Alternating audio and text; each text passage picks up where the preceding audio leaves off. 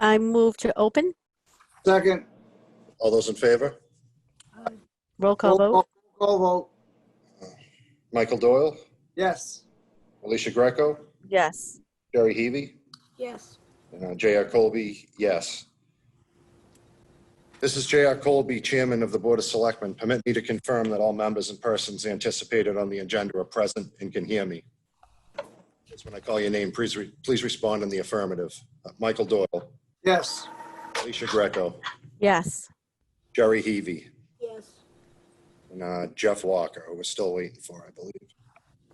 Staff, when I call your name, please respond in the affirmative.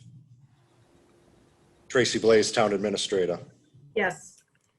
Julie O'Brien, Executive Administrator. Julie's on mute.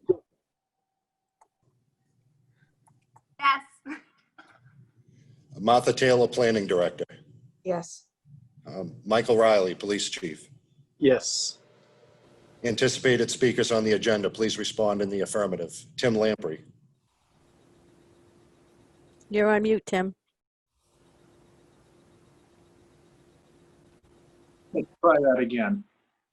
All right, Tim Lamprey. Yeah. Joyce Macheros. Yes. Sandy Small. Okay, we see you, Sandy. Oh, you're on mute. Evelyn Noyce. Do we have Evelyn? She's on mute. Oh, yeah, I see Evelyn at the bottom of the screen. Somebody's a dot. I don't know who that is. I don't think it's Jeff, though. Okay, and Mark Luckman. Just respond in the affirmative. Yes. Thank you. Introduction to remote meeting. Good evening. This open meeting of the Newbury Board of Selectmen is being conducted virtually, consistent with Governor Baker's executive order of March 12th, 2020, in the current state of emergency in the Commonwealth due to the outbreak of the COVID-19 virus. In order to mitigate the transmission of the COVID-19 virus, we have been advised and directed by the Commonwealth to suspend public gatherings, and as such, the governor's order suspends the requirement of the open meeting law to have all meetings in a publicly accessible physical location. The order, which you can find posted on the town's website, allows public bodies to meet entirely remotely, so as long as reasonable public access is afforded, so the public can follow along with the deliberations of the meeting. Ensuring public access does not, however, ensure public participation unless such participation is required by law. Feature public comment as it is not a public hearing. The Board of Selectmen is convening by Zoom meeting link is posted on the agenda on the town's website.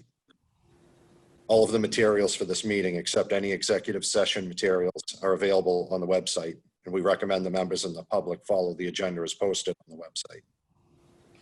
Now for some ground rules. We're now turning to the first item on the agenda. Before we do so, permit me to cover some ground rules for effective and clear conduct of our business and ensure accurate meeting minutes. I'll introduce each speaker on the agenda. After they conclude their remarks, I will go down the line of board members, inviting each by name to provide any comment, questions, or motions. Hold until your name is called.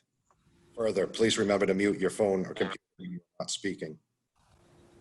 Speak clearly and in a way that helps generate accurate minutes.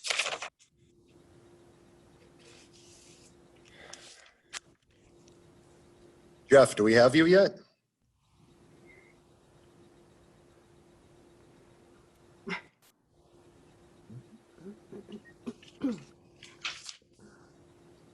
Okay, we have some board and committee reports. PR 21-02 for Ellen Jamieson. PR 21-02 for Julie O'Brien. PR 21-03 for Ellen Jamieson. And PR 21-03 for Julie O'Brien. Under grants, gifts, and donations, we have a Plum Island Foundation donation of $750 to continue the maintenance of the AED at Plum Island Center. We have a library bench donation from Barbara Rogers. We have a World War II Memorial Fund donation of $500 from Barbara Rogers. Thanks for your contributions, Barbara, and the bench at the, it's excellent. We have a Newbury Police Department $250 donation from Martin Syme. Thank you, Martin. Now we will move on to, the board has to take an official vote. Mailers with the ballots. This is a stormwater questionnaire that's going to be included in the next tax mailing. I would entertain a motion.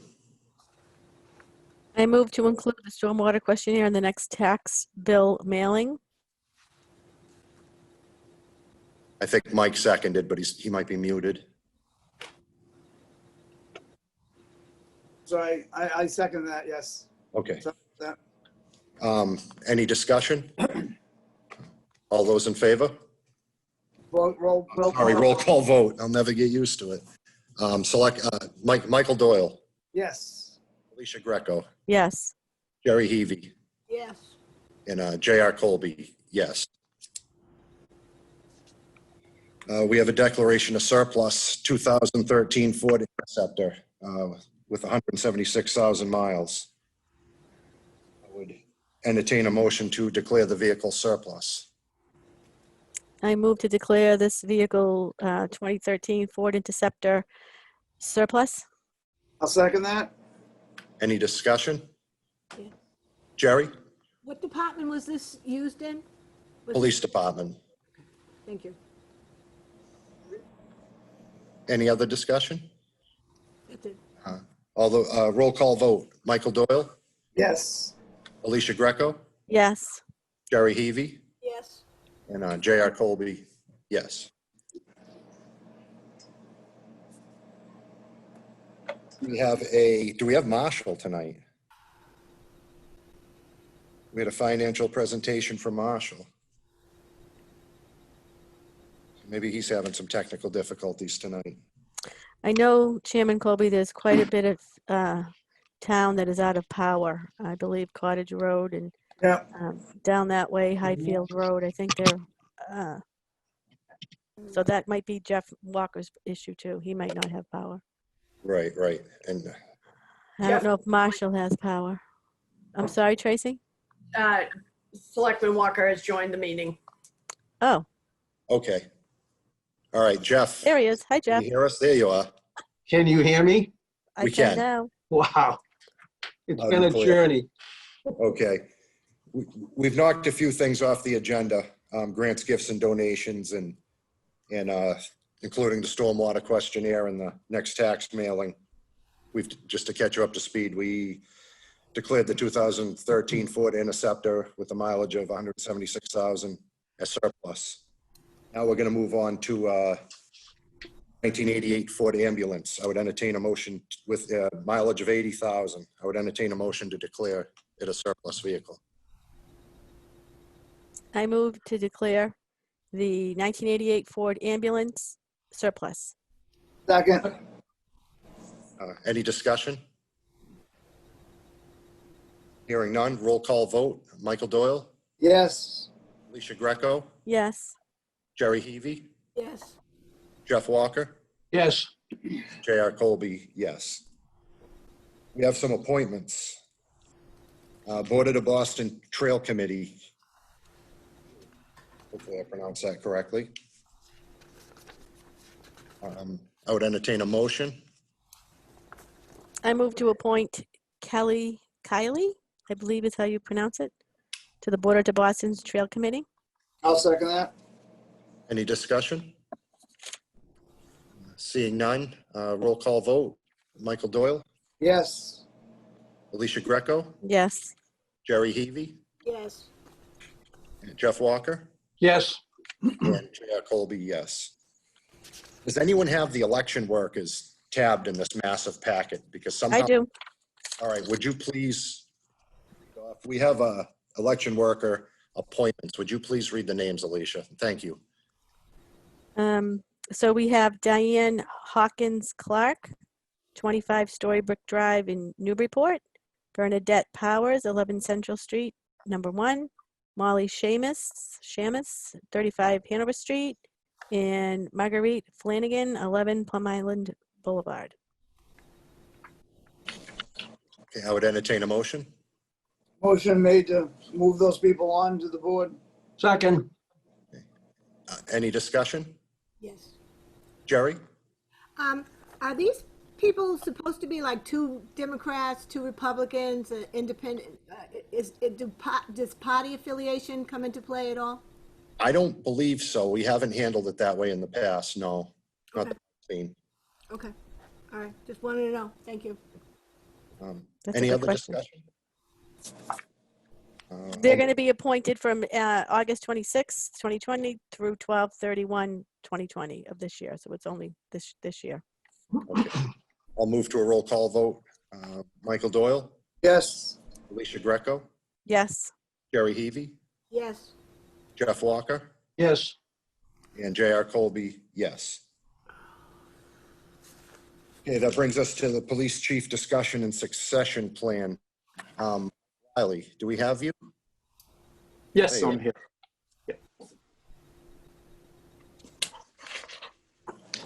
Okay, would you like me to open it, or JR, did you want to? Why don't you kick it off, because I mean, it's your retirement. You've been involved for such a long time, and I know personally, I'd really like to, you have to say Okay, about the current situation. I sent a memo last week because there were questions about a succession plan. And I sent a memo to the board through Administrator Blaze. I believe it made it into your packet. And it explains what we've been working on for the past, since I've been chief. I've always known that the chief's position has a shelf life.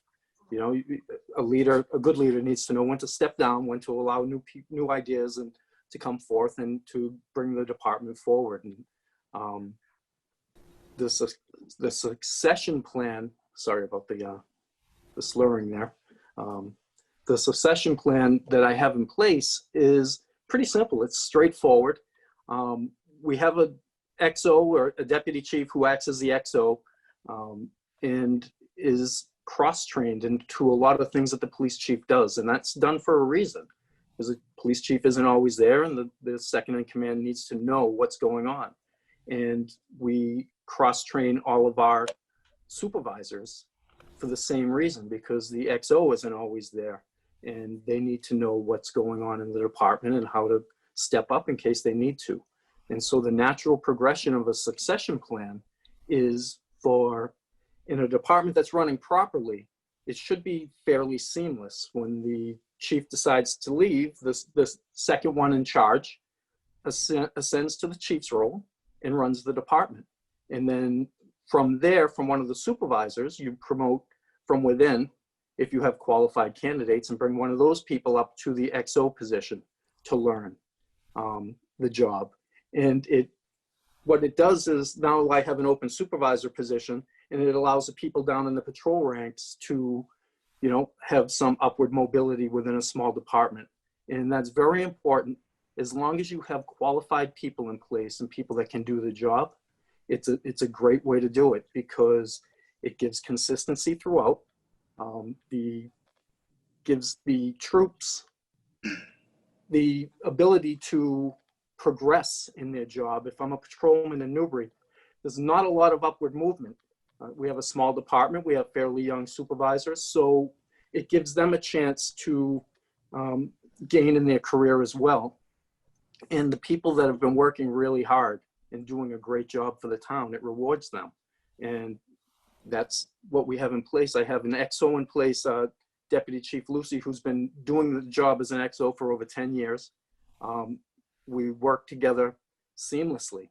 He knows the position of the chief. He knows what it entails, and he's highly qualified and highly skilled. And there's zero doubt in my mind that he could do a great job at this. And then from my supervisors, Sergeant Patty Fisher is the one that I would recommend being promoted to the XO position, to learn that position. It's very difficult to take somebody from the ranks and thrust them into the chief's position. It happened with me, and I'll tell you, my first 2 years was very difficult. It was extremely difficult to learn the job, learn what it takes to be a police chief. I wish I had that experience as an XO, as a second in command, to see what's going on, especially in these times. It's things are changing rapidly in the field of law enforcement. So for us to thrust somebody from a supervisory position into that position would be, I have no doubt Sergeant Fisher's very capable, but it would be a disservice to her without allowing her to learn the job first. So my vision of the succession plan would be, when I'm ready to retire, which I am, the XO, the second in charge, steps up and goes into the chief's position, promotes somebody from within. And my suggestion would be Sergeant Fisher, because I believe she's the most qualified and she's put in a lot of work and she has the credentials to do it, into the XO position to learn the job.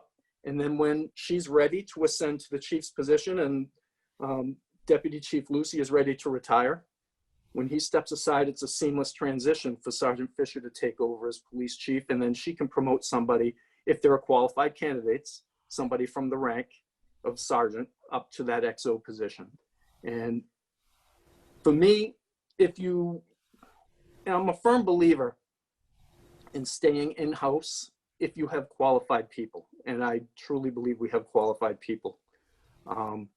You stay in-house. If you go outside worldwide, there are limited circumstances where I would recommend that. If you're having difficulty and trouble within the police department, absolutely. If there's turmoil, absolutely. If you don't have any qualified people, absolutely.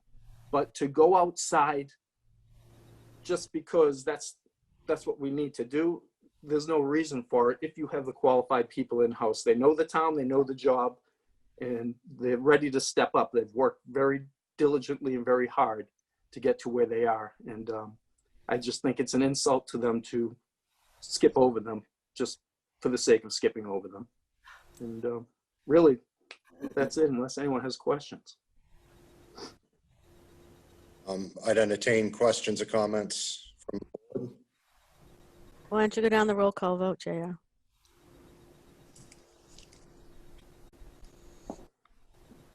Do we need a motion? Well, we're not going to vote. We're just going to go down the list so that we don't Okay. talk over each other. All right, Jeff Walker. I've known both candidates and all three candidates for a very long time. And I know they've done a very good job in many different situations within our town. One of my main concerns, and I know people will talk about a lot of other things, is, we have Plum Island and we have a lot of institutional knowledge that goes along with the emergency management position, which is very vital to our town, not only because of marshes and Plum Island. We also have, Martin Burns and other things. So understanding our town, we have a new building inspector, we have a new Concom agent. We're becoming new positions again. So I think having some transition like we had in the highway department, in the police department, for the institutional knowledge of those guys that are on the thin blue line all the time, I think it's hugely important in these days and times. Okay. Jerry Heavy. Yeah. Chief, you repeated several times, if we have qualified candidates. Well, quite frankly, I have no idea if we have the two officers are qualified, because frankly, I've never met either officer. I have no resumes in front of them. I have no information on their background. I don't know what their education is. I don't know what their training is. In fact, I don't know, as far as training goes, I've never seen a report about the shooting at the gas station last February, in which 43 shots were fired at a gas station. So that tells me that there's some training that's necessary in the police department, because you don't have to be a rocket scientist to know 43 bullets at a gas station is a very dangerous thing to do. And I'd like to know who the officer who made that decision to fire that kind of ammunition at a gas station. So Can I interrupt you right there? Yes, Chief. I don't know where you're getting information of 43 shots fired at a gas station, but you are 1,000% off base. How There much? is zero truth to that whatsoever. Okay. So Well, how many shots were shot? one, One? Well, One, I don't know, because I've never seen a report. because the investigation is ongoing and it's in the hands of the district attorney's office. It has nothing to do with the Newbury Police Department at this point. So Well- whatever information you're getting is so far off base, please don't be saying that. That is, you can call me privately anytime and I'll answer any can we get question it- you have. When But will this we is a get- public meeting and saying things like that, I think, is irresponsible. Well, I would like to see a report. So. Well, when- I would when like to can we too, get but the when district can we get a attorney's report? office is handling it. So call I'll have a representative of the district attorney's office contact you. I would love that. I would love that. Okay.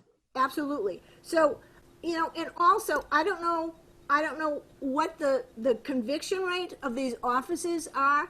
If they do, the police reports and their involvement, do their arrests stand up in court? We have an excellent police department with an excellent reputation, and I've never had complaints or about any of my officers. And if we did get complaints, they're thoroughly vetted. They're turned over to the right investigative authority.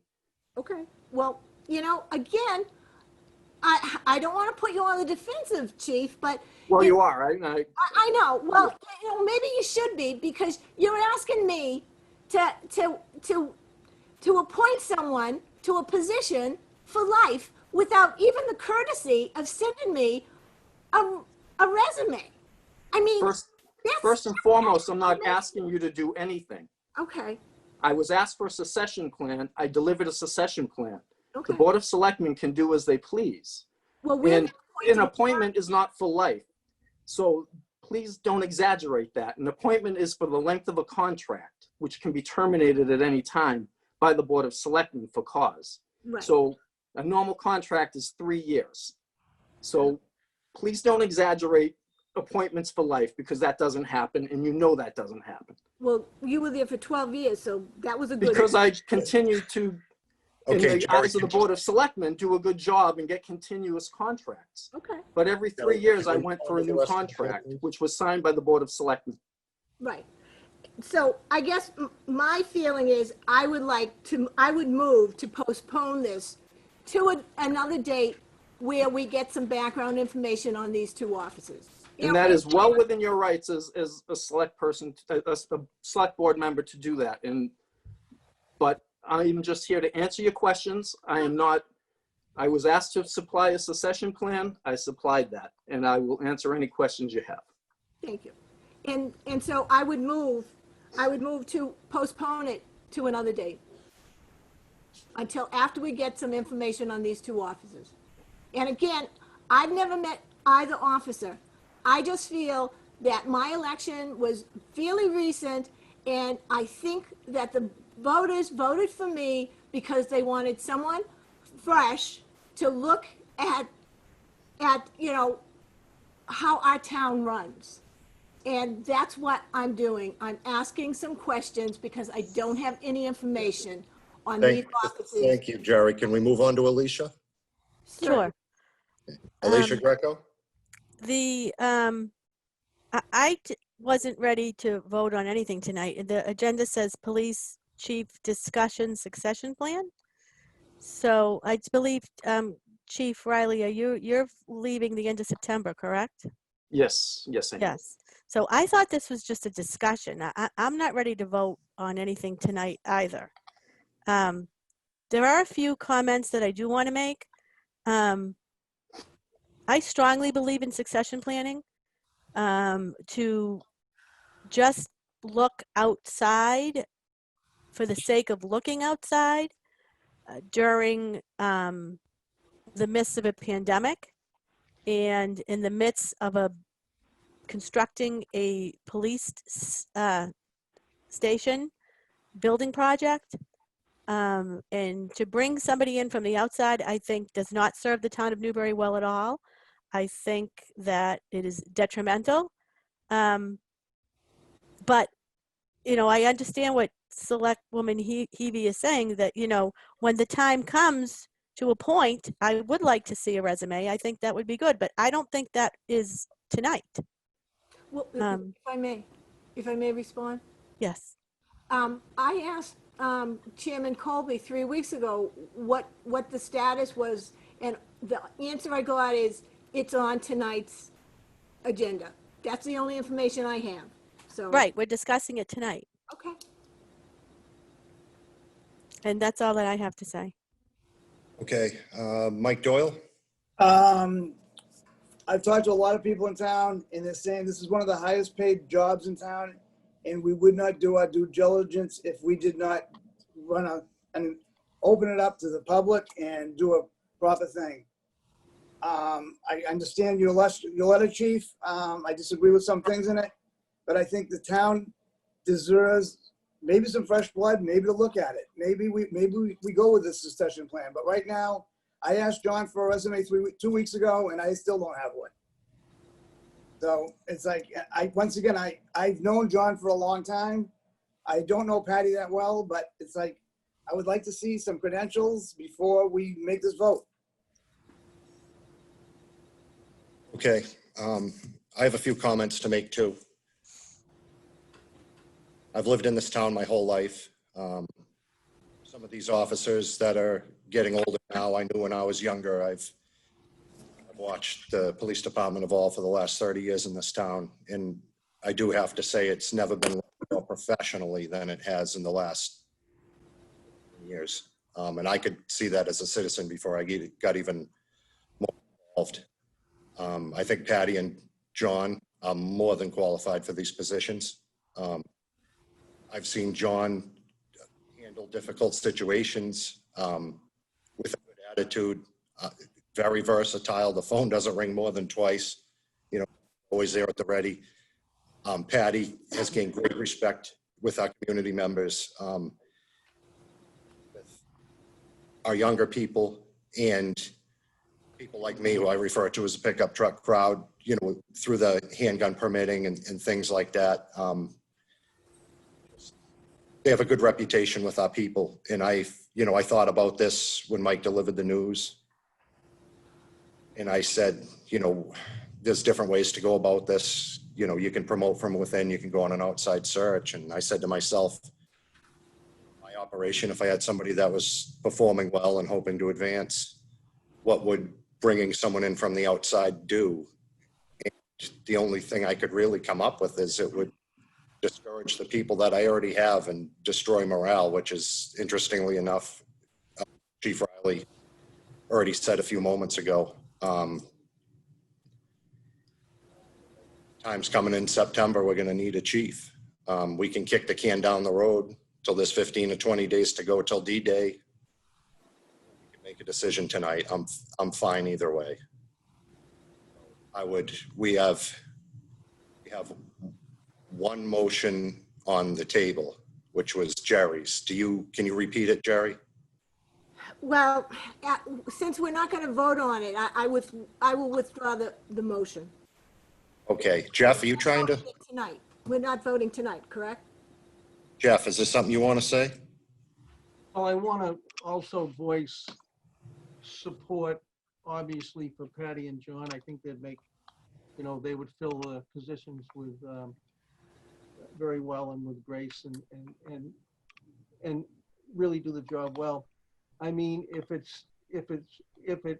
people don't want to vote on it tonight and they want to have more information, if Alicia has made, wants to not vote on it and everything, we can get more information. But I think probably at the very next meeting, we probably ought to set ourselves up to make some sort of, vote for what we feel is right. So we're not going to do a search at all? So let me clarify I think the point that I'm trying to make. The point I'm trying to make is that I don't want to look outside of the town of Newbury. I think that we have succession planning in place. I think all good businesses and operations are run that way. I have strong faith in our staff now. I mean, these people stayed with us when they were working in, a toilet, for lack of a better word. They had And- bad cars, bad stations. They stayed with us until the end. And they see a light at the end of the tunnel. And I am not thinking that it's the right thing to do to, pass them over for somebody on the outside. Absolutely not. I mean, I have faith in leadership. I have faith in the succession plan that Chief Riley has. Um, you know, I don't have resumes or anything else in front of me, and honestly, quite frankly, I didn't think that we would vote tonight. I'm ready to vote if you want to vote, but I am not in favor of bringing anybody in from the outside in any way, shape, or form. I think that would be harmful and not in the best interest of the town of Newbury. Well, a lot of people I've talked to think that this position is a perfect time to possibly get new blood. Okay. And what, quite honestly, Mike, what would new blood do? New ideas, New ideas for what? We're in the middle of a There's going to be pandemic. changes. There's going to be changes to the police chief's job. Okay, with the bill that's in the state legislature now, it's being tossed in the Senate. I don't know what those changes are. Maybe Right. we should Okay. wait. So even more Maybe we so. should wait. But we Oh, don't sorry. know. We don't know. Okay, so I'm saying, what's the rush? We'll do the job after the date. Okay, until what we can do a due diligence for the town where we were elected to do. So if there is change coming in the legislature, and we know how quick that works, I think we need to stay with the status quo even more so until those changes come. I mean, like Mike said, we don't. It's not a lifetime appointment. Let's just get through a pandemic, a building project, and and stronger winds in our back. I mean, I have faith in this police department. I have faith in this leadership. I do too.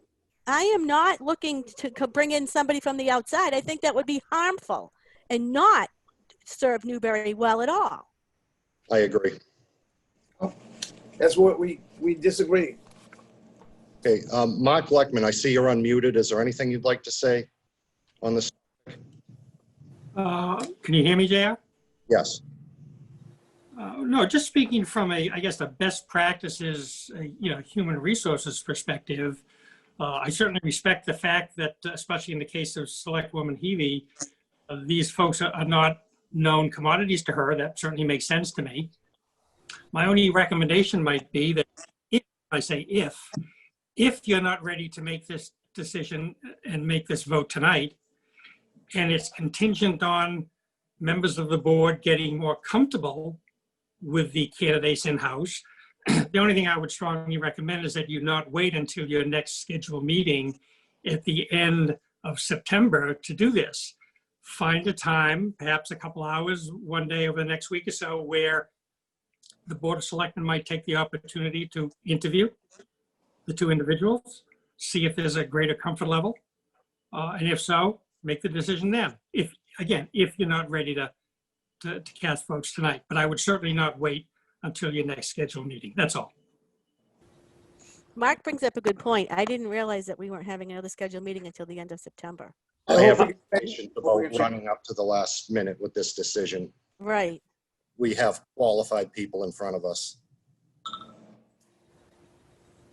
Well, I'm not prepared tonight, so if you're gonna I'm vote, not- I'm gonna move to postpone it to our next meeting. And I second that. Non-debatable. I second that motion. Okay, any discussion about the motion? So do you want to table it? Is that what you're saying until our next meeting? I want to postpone it to a date certain, which would be our next meeting. And hopefully between now and then, these offices, if they want this kind of position, they can certainly provide their backgrounds to the Board of Selectmen. We are the appointing authority. I don't understand why we weren't given that information. In a plan, a succession plan is wonderful, but it's the Board of Selectmen who are the appointing authority, and we really do need to do our due diligence.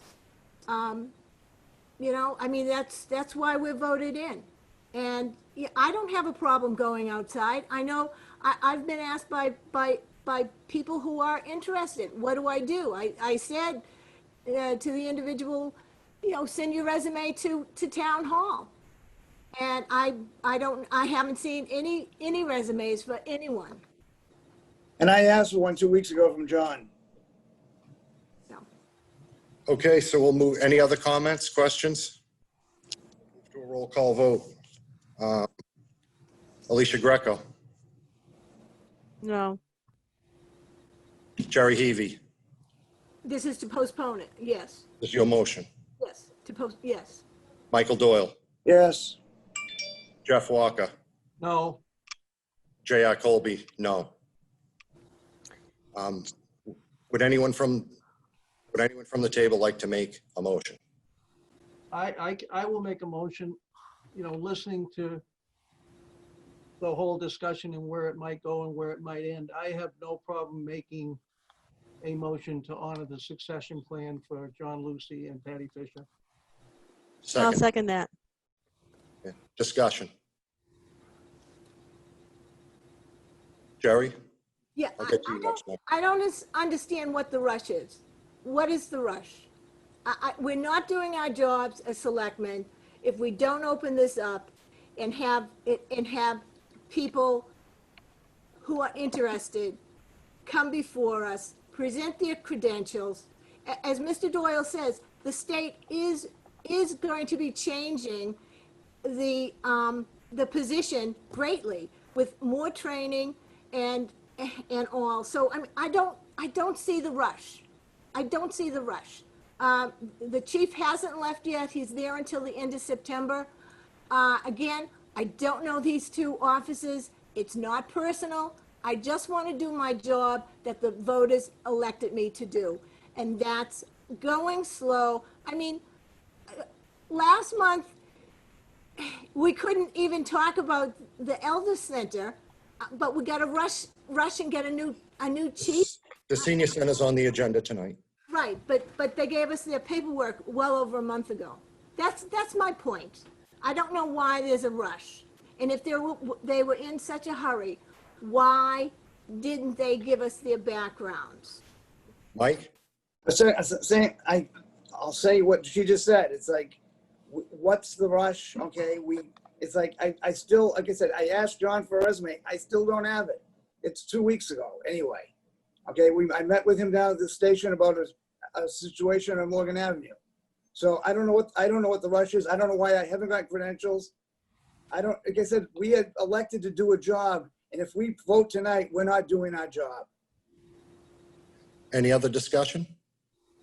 Okay, No, Jeff? I have, oh, go ahead, Jeff, you go I'll first. get to you, Alicia. Jeff? Okay, I guess I remember when Newbury was a revolving door, that we would train policemen and they would get more money in another town. And we had no adequate police station and our cruisers all had 140,000 on them. So I guess I remember those times. And I remember that the officers we have now, and I know most of them, they stayed through all those times. And like Mike Riley said, our retiring chief, he said these people are ready and they should be rewarded. I can remember going to get a gun permit or something and going downstairs, and it was a really bad place. And these people stuck it out for our town when they could have gone to other towns and made more money. So I really have no trouble with the succession plan that Mike Riley has put in place in the police department. And I don't either. All good departments, operations, businesses have a succession plan. If somebody should get hit by a bus tomorrow, there needs to be a succession plan. This is not new, as the Chief Riley attested to. This has been in the works. This is good management, best practice, and I'm ready to vote. I don't want to go outside. You weren't ready to vote a few minutes ago. I wasn't. Excuse Okay, me. we're gonna move to a vote. Shortly. I'd like to have. Plan this afternoon. I only got it this afternoon, as did the rest of you, because it wasn't sent to us. So we Right. got page 1 and page 3 of this succession plan, and the meat of it wasn't there. And we received it this morning after 11 o'clock in the morning. So I want that on the record, that these folks have just gotten this succession plan and they're voting on it tonight. But, and also, why can't I have John's credentials? I mean, what's the problem? I don't understand why I can't have them.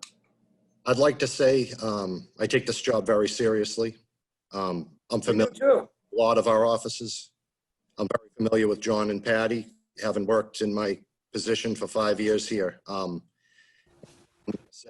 I think even this conversation tonight is hurtful to morale because I see what these people do. They're always there. They're always professional. I'll always have their backs. They're not volunteers, are they? There's no greater gift to have than to have candidates like this. That's the way I feel. And now I'm going to move to a roll call vote. Mr. Chair, What are we voting? What are we voting on? This is to appoint. We have a motion on the floor. Mr. Yeah. Chair, if I may. Wasn't Mark seconded. Blackman has his Alicia? hand- Actually, Martha Taylor, Martha's saying something. What's that, Martha? Mark Blackman has his hand raised. I don't- Mark, I'm sorry. Mark, would you like to comment? Just that I feel that it's a mischaracterization to describe this as a rushed process. I understand that the chief has just recently retired. But that said, I have full faith and confidence that everything he and the rest of the department have done over the past many, many years have led to what would be a seamless, practical, common sense solution to a problem of the chief retiring. And so, I don't think it's a fair characterization to say it's a rush job. That's all. Because when you say rush job, to me, it alludes to something that's, something that has not been well thought out, something that has not been proven over time that the individuals involved can do more than a job. And so while I certainly don't have a vote in this, and so, I may be out of place here, but since you've asked, all I would say is that I would endorse it from a human resources point of view, from a morale and loyalty point of view. If you feel, and I'm speaking to all of you, or as a board, the majority of you, if you feel that Deputy Chief Lucy and Sergeant Fisher have the qualities, the characteristics, the integrity, the leadership skills, the forward-thinking abilities, the ability to think under pressure, respond under pressure, attention to detail, all the things that I would like to see in my police chief. If you as a board feel that they have all these qualities and you can keep it in-house, it makes all the sense in the world to me. We can still, can't we have information before we vote? Yeah, I mean, we have a motion. Jerry made a good point. We got the second page of the meat of this letter at 11 o'clock this morning. Some of us were working today, some of us weren't. Okay, but you can't drop this kind of information and expect a vote when this is one of the highest paid jobs in this town. Let us do our due diligence. Let us see qualifications. Let us see credentials. Let us do our job. It seems that the majority of the board has done their homework and weighed in. We're going to move to a roll call Well, vote. actually, Chairman Michael Colby, Doyle. Adam Costa is asking to speak. Attorney Costa. If I could, Adam, Mr. you have Chairman. something you'd like to say? If I could, Mr. Chairman, I just want to clarify because I think I heard the vote that's on the table correctly. If you're voting to adopt the succession plan and you're voting to appoint, that vote should be made subject to satisfactory negotiation of a contract or multiple contracts. Just to be clear that there can be a vote to appoint tonight, but it does need to be subject to that contract negotiation provision. If I may. I'd just like to ask, Could you clarify that again, Adam? I can. So I think that what's before you tonight is a succession plan that's been presented by the chief. And so what I think I heard by way of a vote to appoint, and that's okay. That's within the scope of the agenda item. But that appointment would be subject to negotiation of a contract. And I just Correct. want that to be very clear. Correct. That the administrator would have to negotiate the contract, which would then be approved by the Board of Selectmen, correct? Correct. So if for some reason that contract negotiation couldn't occur in a manner that's satisfactory to the board could reject it, and ultimately that appointment would be of no effect. Okay. May I ask Mr. Gleckman, does he hire anyone without seeing a resume? Well, I have hired lots of people without seeing resumes. Yes, thank you for asking. For $140,000 a year position, the head of a police department, without seeing their credentials, without seeing a resume, without seeing their education, their background? You'd do that? Wow. I'm not in a position of hiring authority, Selectwoman. Yeah, but the selectmen are, and we're being asked to do it without knowing their backgrounds, without You a gave- resume. I think anyone that's engaged knows who we're dealing with here. It's part of being a selectman is going, digging in, not waiting for everything to be served up. So Excuse me, I Chairman move, Colby. Chairman Colby. Excuse me. 11 o'clock, this plan was sent to us because it was not correctly transmitted. You've already stated that. Yes, I have. So don't put it on us that I'm not doing my homework. I read each and everything I get sent. And if it's sent to me at 11 o'clock the day of the vote, you bet your life I'm going to have a complaint. Also, Chairman Colby, I asked for a resume at least 14 days ago. I don't have it. So I tried to do my homework and it wasn't provided. And I asked you the same thing 3 weeks ago, Mr. Colby, by an email, and I got a snarky answer from you. I asked what the plan was. What were the resumes? Was the job posted? How are we getting? I'd have to review that. I think you're using your imagination. We have No, No. I'm not, sir. I'm not the one with the imagination problem. Alicia Greco. what's the motion on the floor? Jeff?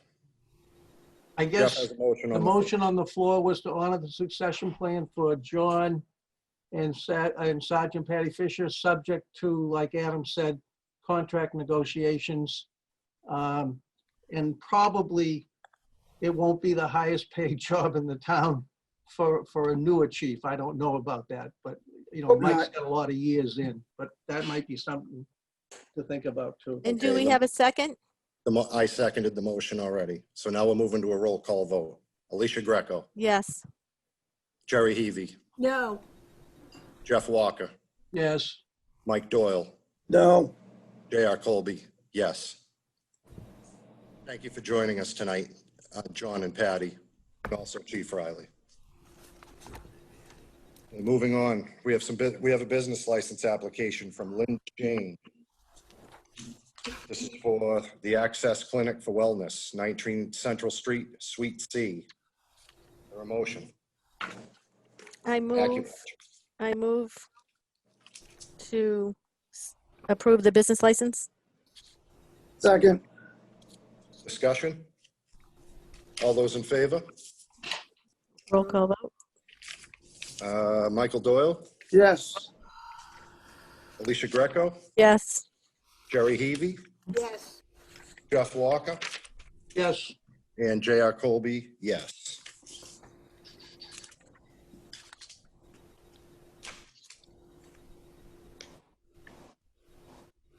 Now we have Town Administrator's Report.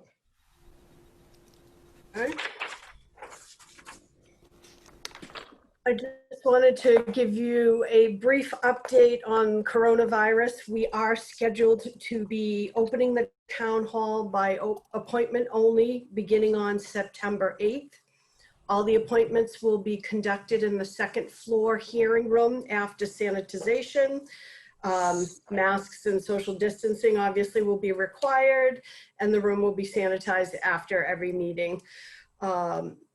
In terms of grant funding, we have already received $110,000 in COVID-related grant funding to date. I did want to make everyone on the board very aware of the fact that on August 13th, we experienced a major cybersecurity breach.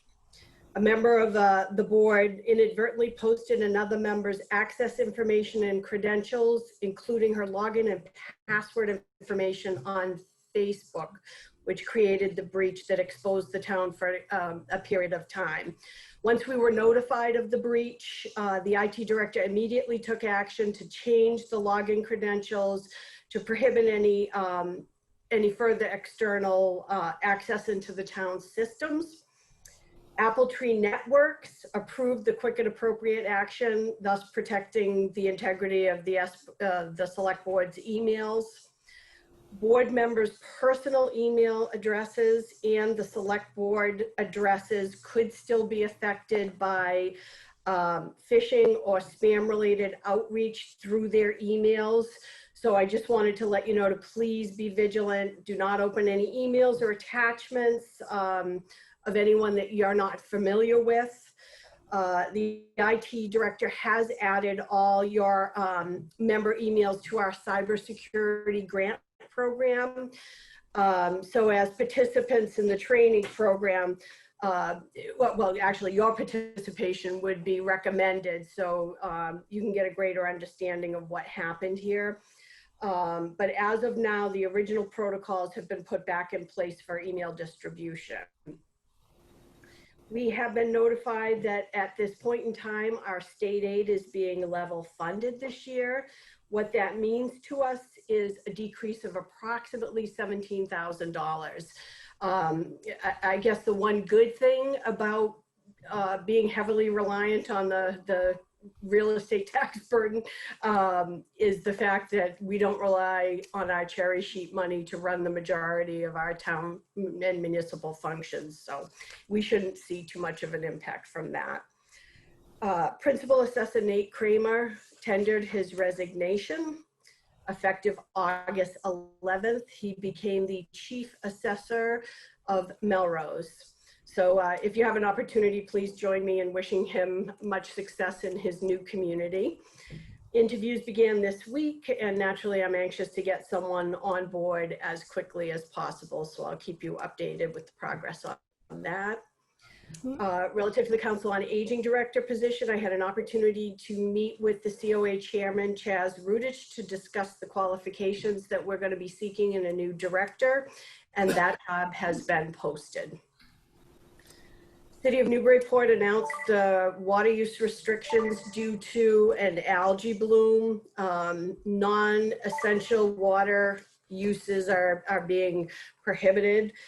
It occurred in the upper and in the lower Artichoke reservoirs, and additional testing has determined that residents can continue to use the water for drinking,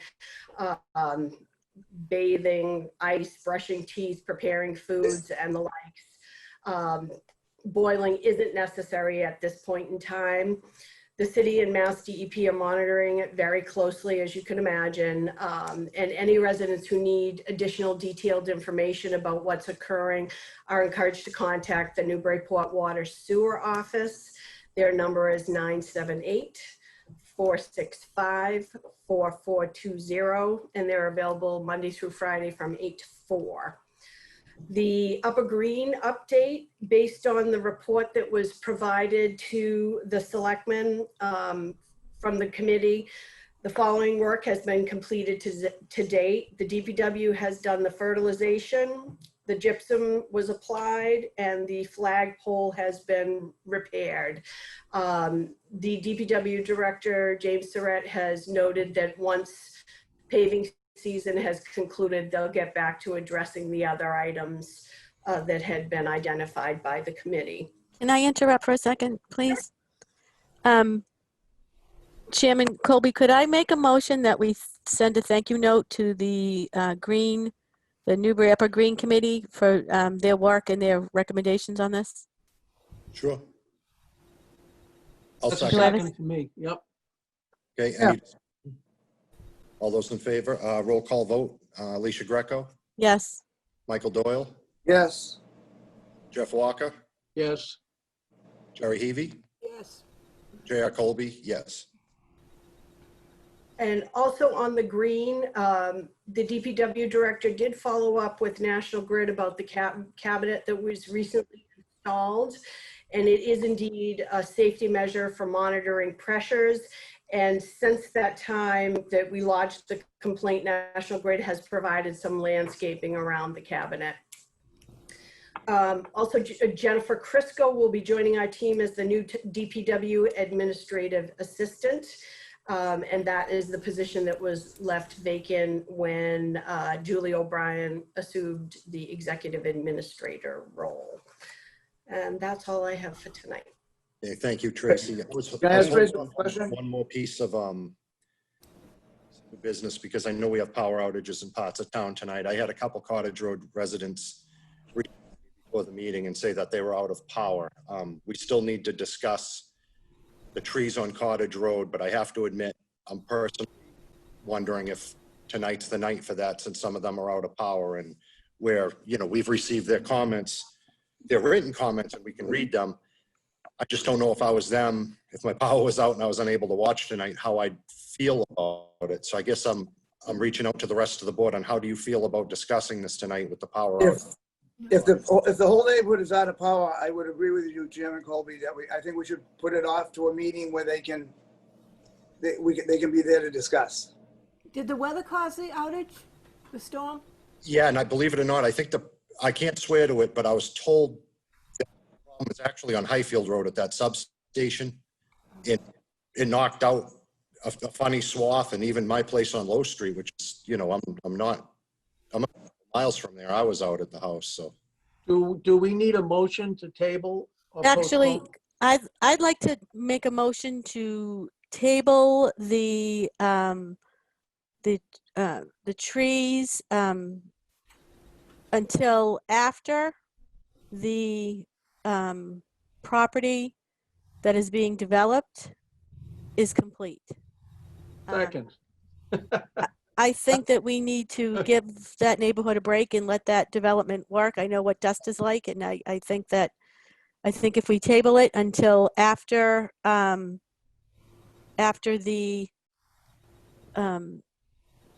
project is complete. As long as the trees aren't touched. It will give, that's another thing, but I think that, Right. so let me finish. So I think we should, I move to table the tree discussion until after the project is complete. And then I have a second piece to this, but I need a second. That won't, discussion, wait for discussion. Okay, Mike. The people, we can't get the project done if they start taking trees down because there's a discrepancy if they're dead or not by one person to another, then it's gonna start a war. And like I said, why don't we just have the meeting, next time the board meets, do nothing to the trees for that time, and let everyone get their 2 cents in. But to put it off is just gonna, people are upset, some issues. I think we should hear them out. Well, that's what I did. I moved to table it until the project is done. Until that corner. That might be a year and a half, 2 years. That's the way I'm reading what you're saying. The Yeah, project but has to be done for 2 years, maybe. We're not okay, gonna what's your table it for point? 2 years. Let's deal with it. Let's talk about it the next Board of Selectmen's meeting when these people have power. Well, we're not taking public comment. We're taking written. That's another thing I want to clarify is we might not be taking oral comment, but we are taking written comment. So we've gotten a lot of written comment in from people. Are you thinking that they may want to take these trees down? No, they want to discuss it though. Let them discuss it. The reasons why they don't want certain trees down, because I guess we were gonna take down 5 trees. All right, That's so the way I read it. I don't, do you want to move? So I guess, I don't know, there's a motion on the table. I would. Yeah, as far as discussion, the neighborhood's been through a lot. Yeah. One thing that's been shown over the last couple of years, construction projects is becoming an issue in this town. I just don't feel right. You know, under the governor's order, the one thing these people have is they can watch this meeting, follow along, and read their correspondence. And if they can't have that, I don't feel comfortable doing it. I second that. So let's table it to the next meeting. Okay, now, one more thing. Before we table to the next meeting, should we read through the correspondence? Table that till the next I meeting. think you should do it all at once, JR. Yeah, do it all at once. Do it all at once. And I'll withdraw my second. And I think what Alicia was trying to do was a lot of the people would like the trees there as buffer while the construction project is going on. And that certainly can be discussed, like Mike, you know, said, we can certainly discuss that during the next meeting and get it all wrapped up. I think Alicia was trying to be sensitive to leaving the trees there as a buffer, but we can accomplish all we need to do during the next meeting too.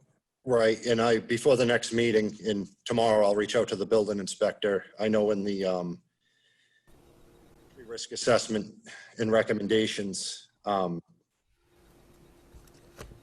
know, the trees have some issues, but it's just, it's a tough one. It's a tough one. It's best to take. So- One thing I want to add to the conversation before we table, you know, Tim Lamprey, very knowledgeable man, a tree warden. He's a very respectable man. He has taken on his job wholeheartedly. He's an environmentalist. He's not like a bloodthirsty savage for tree bodies. I don't want that rumor circulating in town, because that's certainly not Tim Lamprey. He looks at the most used areas in town, evaluates the trees, you know, for safety reasons. You know, number one, I don't think anyone's looking for trees to cut down. And I just wanted to clarify that, because, you know, trees, it becomes emotional, and, you know, I know how professional Tim Lamprey is doing his job, and I wouldn't feel right without saying that tonight. I don't want to hang it in the air, and, you know, residents can call the tree warden to come out and look at any tree, and that's exactly what happened in this case. You know, I can't say that's exactly what happened in this case, but that's how the process works. And it very well may have worked that way in this case, but we have a motion. Was that seconded? Jeff withdrew his second, so it fell on the floor. Okay, I'd entertain a fresh motion. I make a motion to put this off to the next Board of Selectmen meeting, which I would like to have the second Tuesday of September. Reinstate the meeting the second Tuesday. We've got too much on the agendas lately to not have a meeting twice a month. We'll rotate out a summer schedule. I know September 2nd, I have full as of right now. I've scheduled for our scheduled meetings. You have a meeting? You have a meeting on Tuesday night? I have work. It's my busy season, and I know, but I mean, these board meetings are way too much information for one meeting. Let's have a second meeting. All right, we're talking about trees right now, Right, Mike. we had to. I'm Motion to making table. a motion to put it to the next Board of Selectmen meeting, which I would like to Right. have the second Tuesday of September. Mike, separate the motion so I can second it. Just make All one right. motion. I will make a motion first to put it off to the next Board of Selectmen's meeting. Second. Okay. And then Tracy, when do we usually come out of summer schedule? Don't we come out in September? October, Ridiculous. 2 meetings in October. That's what you've, historically done. What we've always done. Request for information from Mr. Lamprey. Will you define what the drip zone of the tree is? What is the drip zone? Mr. Lamprey? Do we have Tim? Basically, the drip zone is in, Is it? forgive me if I'm wrong, it's the perimeter of the outside of the canopy where it drips off. I think that generally represents how far the root system travels out. So what I was getting at in the tree risk assessment, I'll reach out to the building inspector, because in the assessment here, it says the trees may be under pressure due to the construction equipment on the site. See, the trees are on town property, but some of the roots are on private property. I'm not sure exactly how that would work, but I will reach out to the building inspector to see what's what there, and if anything can be done to spare the root systems of these trees till a decision's made. Okay, yeah, that would be great, because that's what I was referring to by asking that question. It looks like the construction and the compaction is causing them greater harm, so. Okay, Yeah, good. and that was actually going to be my second comment, was I wanted to have questions asked about how we can protect those trees as much as we can until the construction project is done. Right. Okay, I'll make sure I follow up on that tomorrow, as long as I have the blessing of the board. Yes, please. Okay. All right, so, all right, we still need to we need to vote on the motion to table. All those in favor? Sorry, roll call vote. Alicia Greco, Yes. Mike Doyle, Yes. Jeff Walker, Yes. Jerry Heavy, Yes. and J.R. Colby, yes. Okay, council, we have the Council on Aging report. I just want to kick off this conversation with how thrilled I am that we have a police station near completion. How thrilled I am that has taken steps to put money aside for our town hall solution. We squared all these things up properly in the pipeline, you know, instead of kicking them down the road, so things actually happen. I do care about the Council on Aging because frankly, someday I might need it. I want a good Council on Aging in place in this town with proper facilities. So I just want to say off the bat, whatever direction the board decides to take, I support getting this project in the pipeline properly so it actually comes to fruition. And, you know, sometimes these things, I mean, they got to get through town meetings and things. That's, I mean, I'm not in front of this. I'm behind it. So any other questions or comments from the board or what direction we take from here? I have a comment. So I think that the report that was given to us by Sandra and Evelyn and Joyce is very well thought out, and I commend all three of them. I think they were very, they put a lot of thought into it, and I'm really appreciative of that. But what I'd like to do, what I'd like to have done, and I don't know, Tracy, if we have money in the budget for this, but what I'd like to do, similar to what we did for the town hall project, I'd like to have a needs assessment done by an outside agency, so that, and to start with that, this, you know, book that we got from the Council on Aging, and have them take that and then formalize a needs assessment, and then that, I think we can take that and move that forward, similar to what we're doing with the town hall project. We did it with the police department. I think it'll solidify what the three women that put that together said. So I guess I'm going to make a motion. I move that we hire a consultant to do a needs assessment for our Council on Aging. Request for information, how much are you giving towards this assessment? Shouldn't there be a monetary amount, you know, not to pay more than, what, $5,000, whatever? I don't know. We could look into amount between now and the next meeting if that's preferred. Yeah, we can look into how that's going to get done, but I'm not comfortable doing anything in town without having a needs assessment done by an outside agency.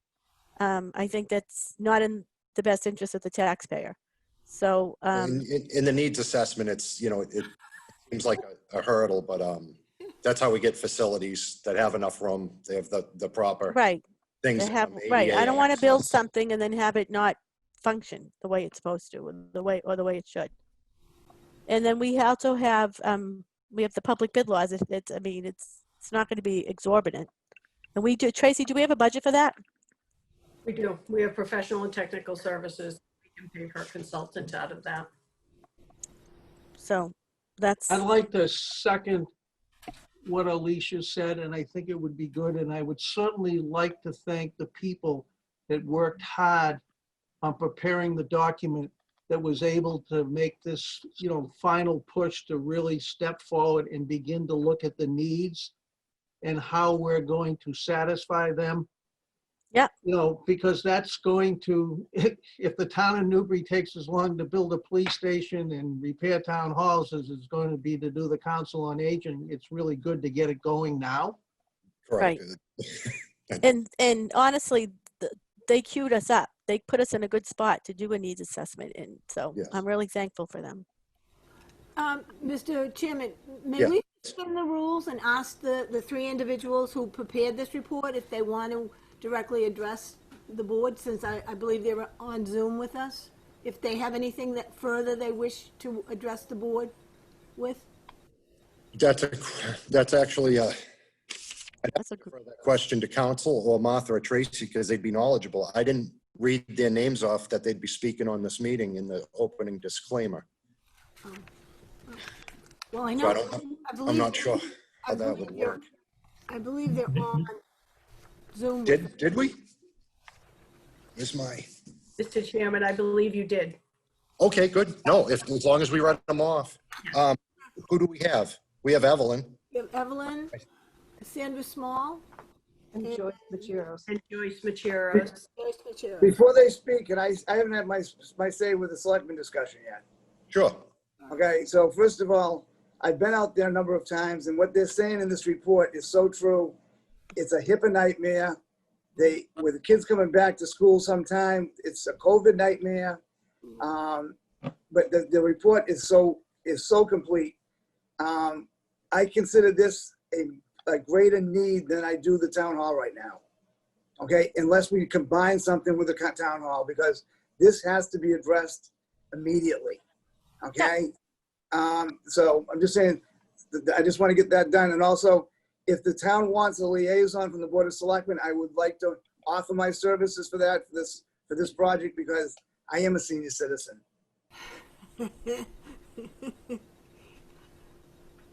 Okay, so Can we hear from, I guess, Joyce, Evelyn, or Joyce, do we have Joyce Machiro? Sandy? I'm here. Oh, okay. Would you like to speak to this, Joyce? I know your report summed up a lot of it, but. Well, actually, I wrote the portion. Let me give you a little background on this report. Myself, Sandy, and Evelyn were appointed by the Council on Aging Board of Directors to put this report together. And it was 3 different sections: limitations and issues at the present location, why senior centers are important to seniors, and the basic requirements for a senior center and the rules or the suggestions of Massachusetts. There's a particular person, and that was Sandy's section. My section was the first. Evelyn was why senior centers are important to seniors, and basic requirements, like I said, was Sandy.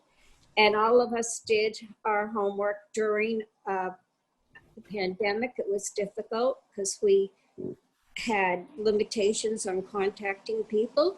A lot of people were no longer reachable by phone. It slowed it down quite a bit, but it's finished. And I'm glad everybody thinks highly of it, because I know we do. Now, what you're talking about, doing this particular additional work,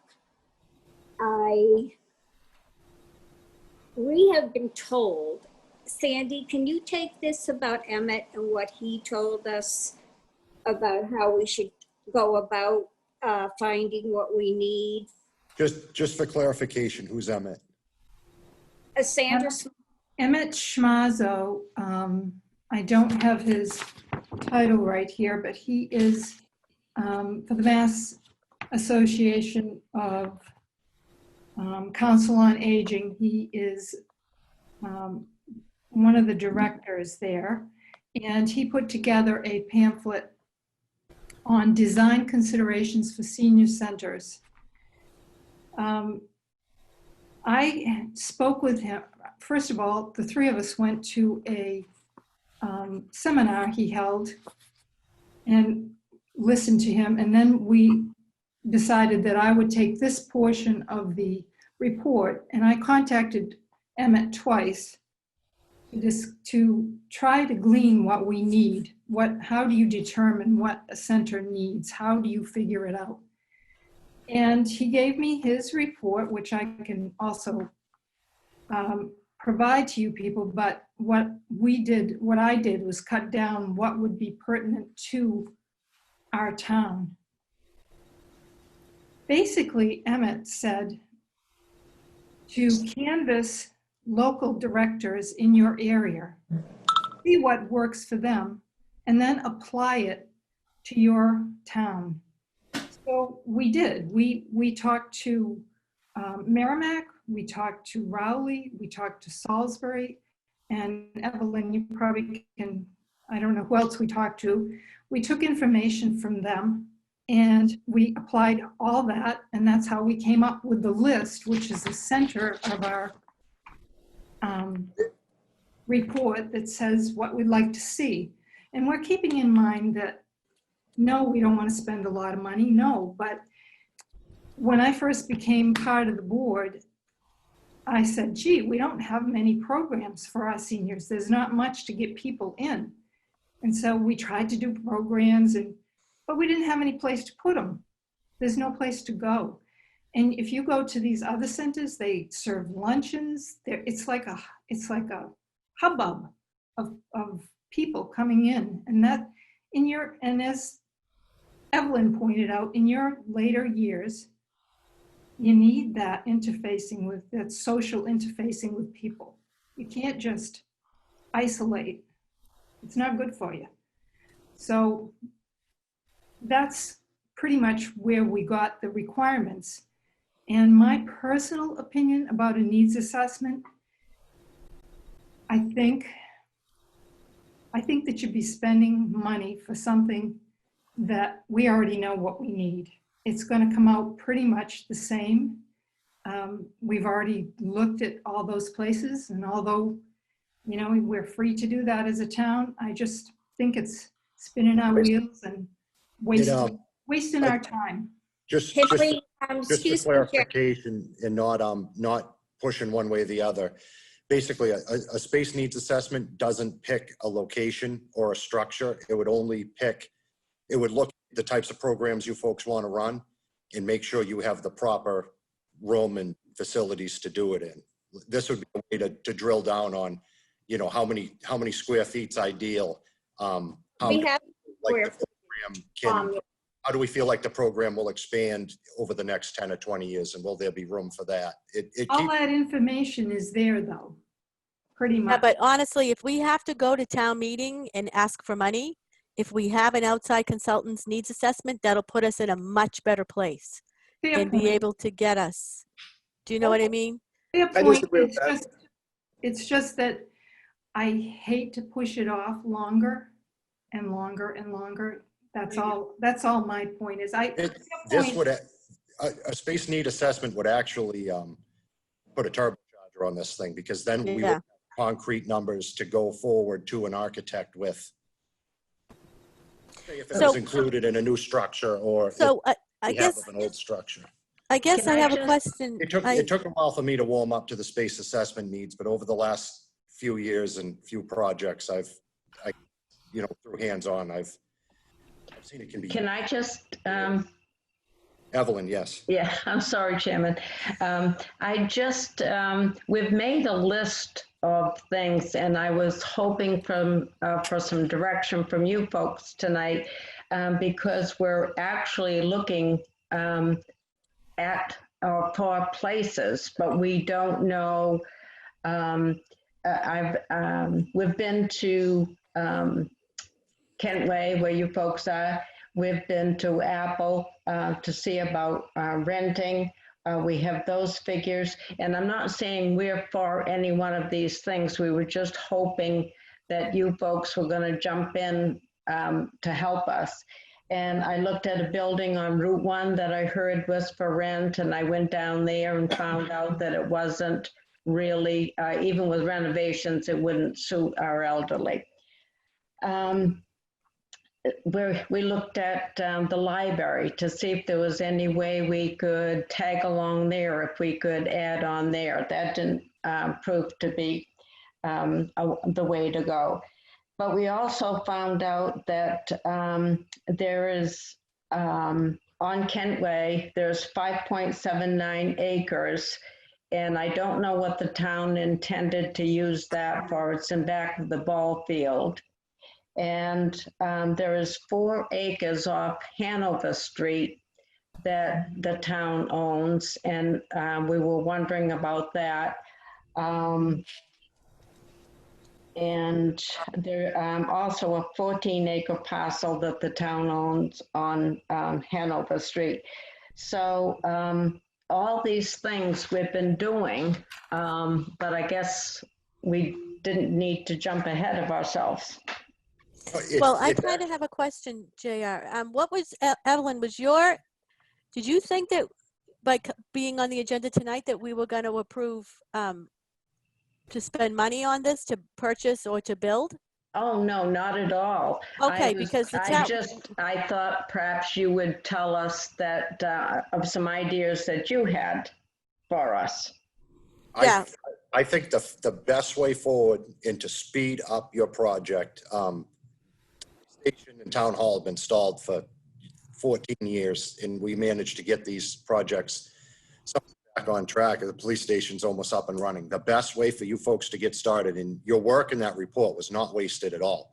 That's excellent information and material. And in my opinion, from what I've seen in this business, a space needs assessment shouldn't take very long, and it will the next best step I think we can take to keep momentum behind this and keep it rolling. because we can't do anything until we go to town meeting, and there's not another town meeting until the spring. So I realize, yeah. yeah, I'm sorry, Yeah. Sandra. Jeff Walker, I'll get to you again, Sandra. I think when we do the needs assessment, these three people have to really be the point people for the Council on Aging. They've done a fantastic job. And Evelyn, out looking for places, I think if you don't mind spending the time, I mean, I think that's great. I think moving forward any way we can, and the only reason I say that is it's going to take us, and I'm elderly, it's going to take us some time to be able to formulate this, and getting as quickly to that place as we can will help us. I have always said that Newbury is a little slow sometimes to, build buildings for its employees, and the highway department and town hall before and the police station. So no one can have hurt feelings, but the more work you do, which you guys have really done it. I did talk to Joyce a little bit about this before. It moves the ball down the road in a quicker fashion, and it's very important that the work you've done, and now it's up to us and you guys helping us in the needs assessment to keep the ball rolling to find something that really works. And we can take it to town meeting. Yeah, and the more ammunition, so to speak, that we can have at town meeting, the better. And also the more indisputable facts you have at town meeting, the better when it comes to approving the project. Mr. Chairman. The space needs assessment will be, it's hard to dispute when it's done officially like that. Yes, Mike. Would you be willing to make me a liaison so they can have a selectman they can deal with all the time? I don't know if we're ready for that discussion. Pardon me? I think after we get the needs assessment, we can discuss that. I would move for Mike to be the liaison. I mean, these three folks are asking for our help. I think it's the least that we can do. Give them one devoted selectman that they can interface with. I think that's a great idea. And I'm willing to do it. I would so move. I'll second that. Discussion?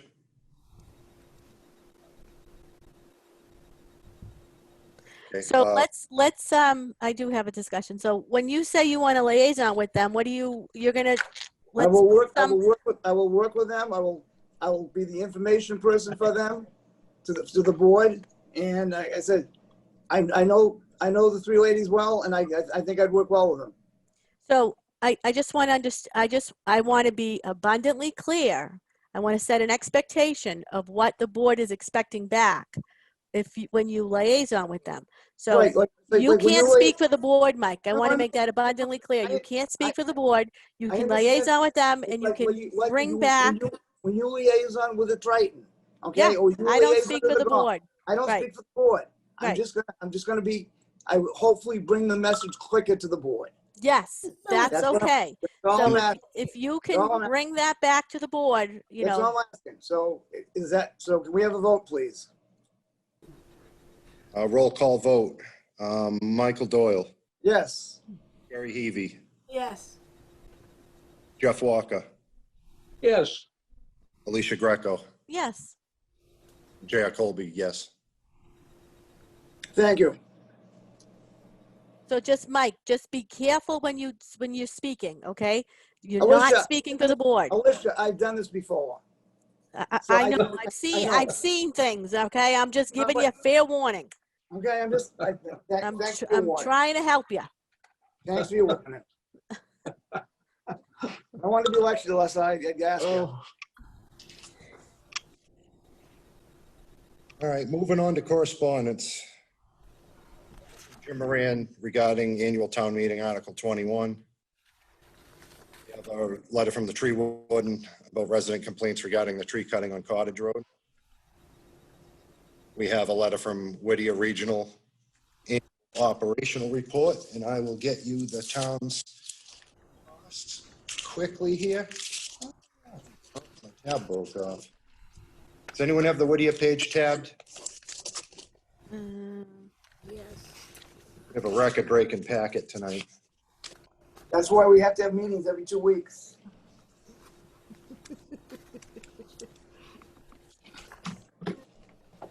Ridiculous. If anyone, I'm looking. I got it. all right, what's Newbury's assessed cost?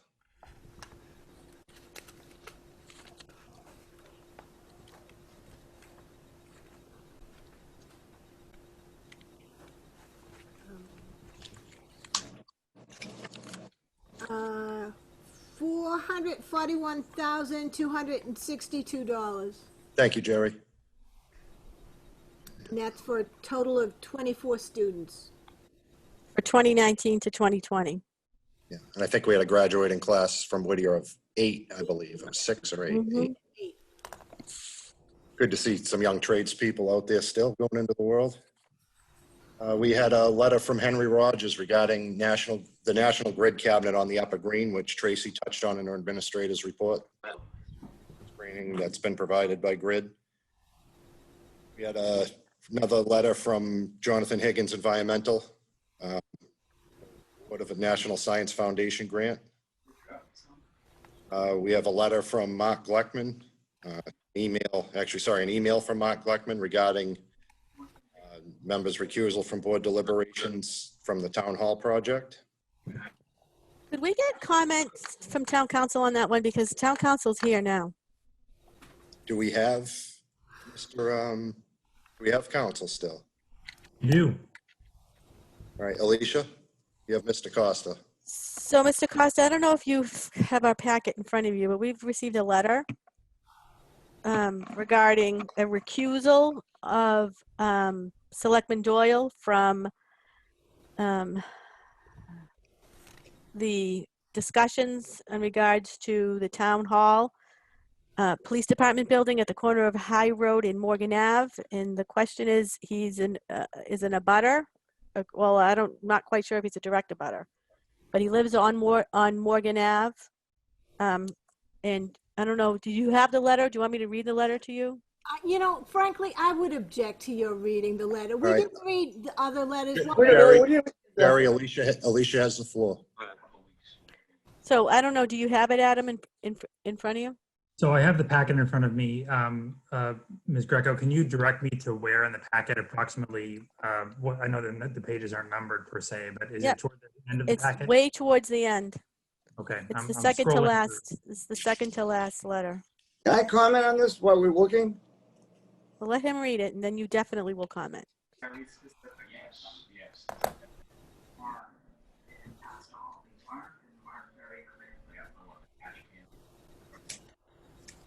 Okay, so I have it.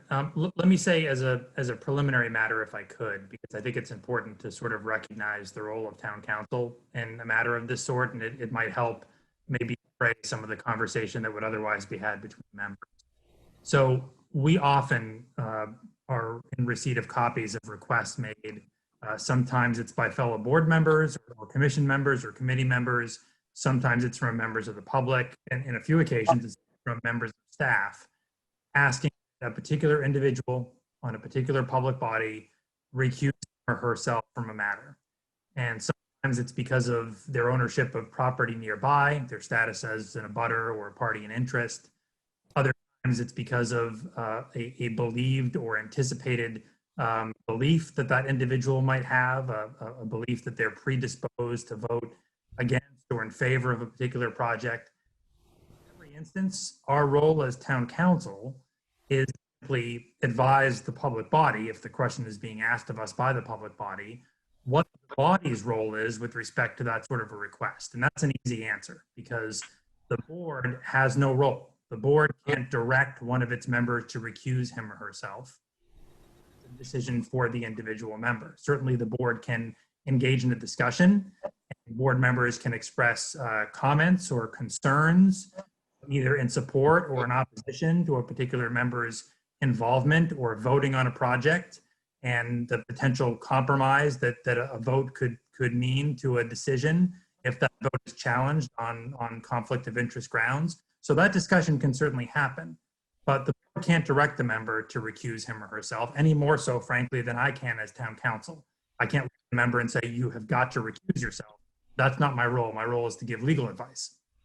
What I can do, and what we do with some frequency as town council in all the communities where we are council, is we advise public officials, board members, volunteer members, and otherwise, conflicts of interest. Those members can come to us directly and can say, here are the facts of my circumstance, and then seek informal advice from us. They get a formal written opinion from us, which is there's a procedure that is dictated where we have to file a copy of that written opinion with the State Ethics Commission. I'd rather go a different direction and seek advice from town council, whose general interests are representing the town.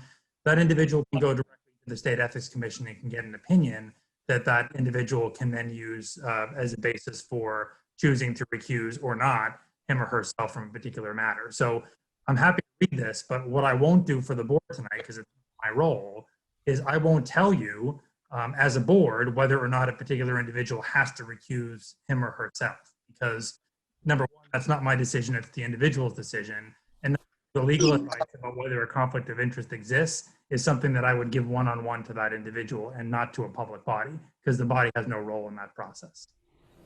Thank you. So the board has no role in this process at all, which is, I'm okay with that. Thank you so much. I think he's answered it. Now, I don't know if Mike wants to say something. Just said that I don't know why Mr. Gleckman's getting involved in my life again. Okay, this is the third or fourth time taking a couple shots on Facebook at me. Doesn't agree with me about situations with the chairman. So, Mr. Gleckman, I disagree with you. I don't have a conflict of interest. So, thank you for your opinion, but keep it to yourself, please.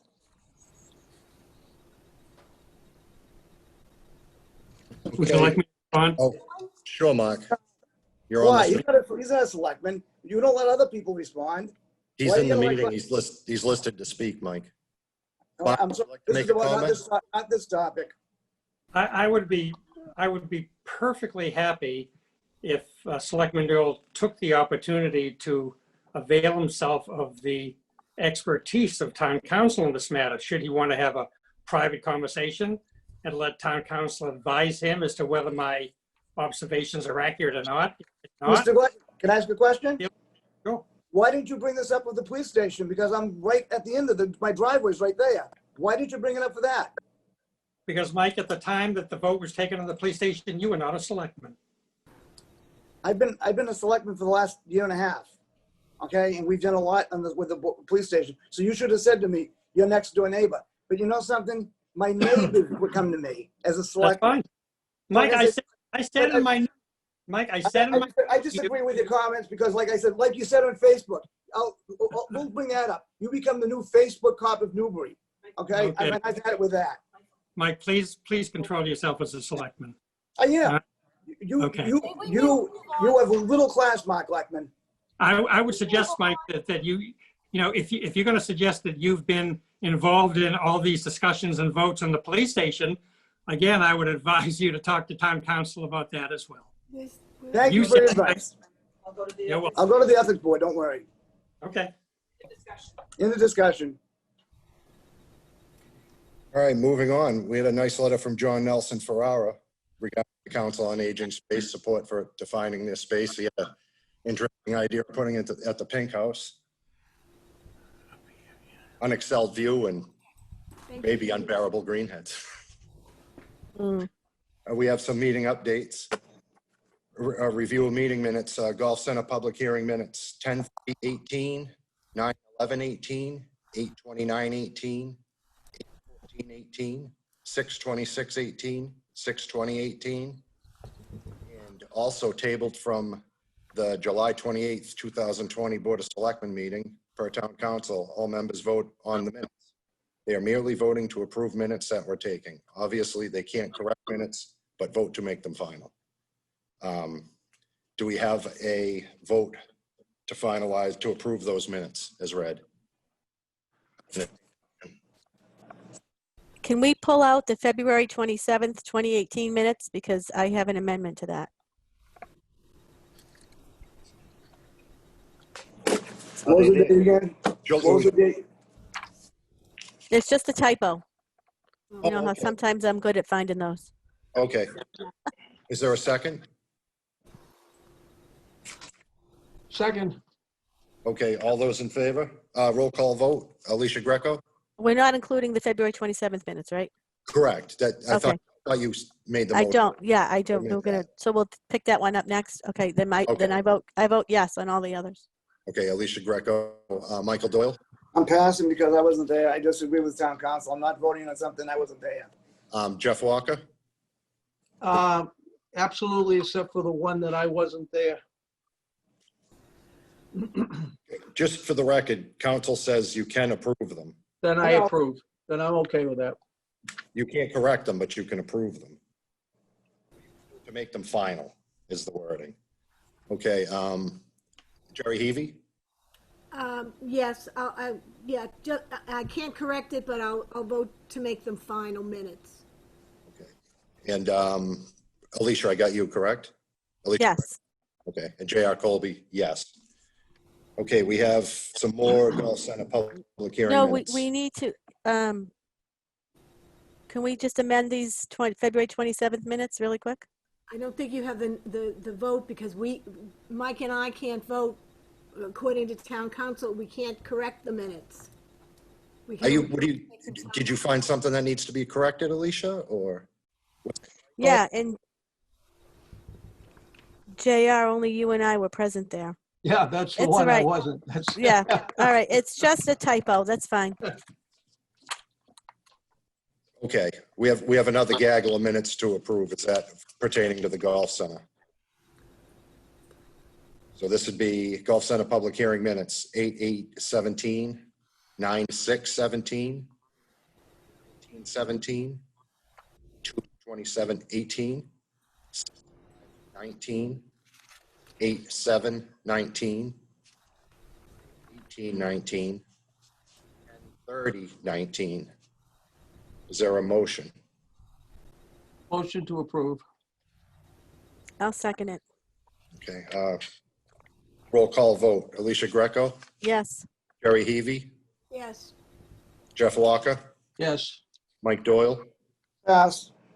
J.R. Colby, yes. It's from the July 28th, 2020 meeting. I need a motion. I move to approve. Second. Roll call vote.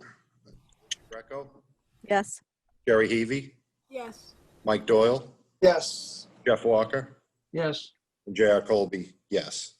And minutes from the August 11th, 2020 meeting. I'd entertain a motion. Motion. Second. Roll call vote. Alicia Greco, Yes. Mike Doyle, Yes. Jerry Heavy, Yes. Jeff Walker. Yes. Okay, we have warrants to sign. Would someone make a motion that would?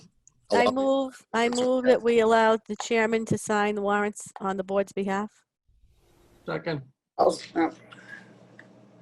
Roll call vote. Alicia Greco, Yes. Michael Doyle, Yes. Jerry Heavy, Yes. Jeff Walker, Yes. and J.R. Colby, yes. JR, No- it's Julie. Oh, hey, Julie. Hi, going way back to the CAO, I don't think we did a roll call vote for the assessments needs. We did, Alicia moved to hire, Jeff seconded, but I don't believe there was a roll call vote. There wasn't a vote, yeah. Yeah. I Roll just call wanted vote. that. Can we vote now, JR? Yes. Roll call vote. Alicia Greco, Yes. Jerry Heavy, Yes. Jeff Walker, Yes, good catch, Julie. Mike Doyle, Yes. and J.R. Colby, yes. Thank you, Julie. And I would entertain a motion to adjourn. I move to Motion. adjourn. Is there a second? Second. Roll call vote. Alicia Greco, Yes. Mike Doyle, Yes. Jeff Walker, Yes. Jerry Heavy, and J.R. Colby, yes. Thanks, everyone, for joining us tonight, and have a great night. Thanks. Good night.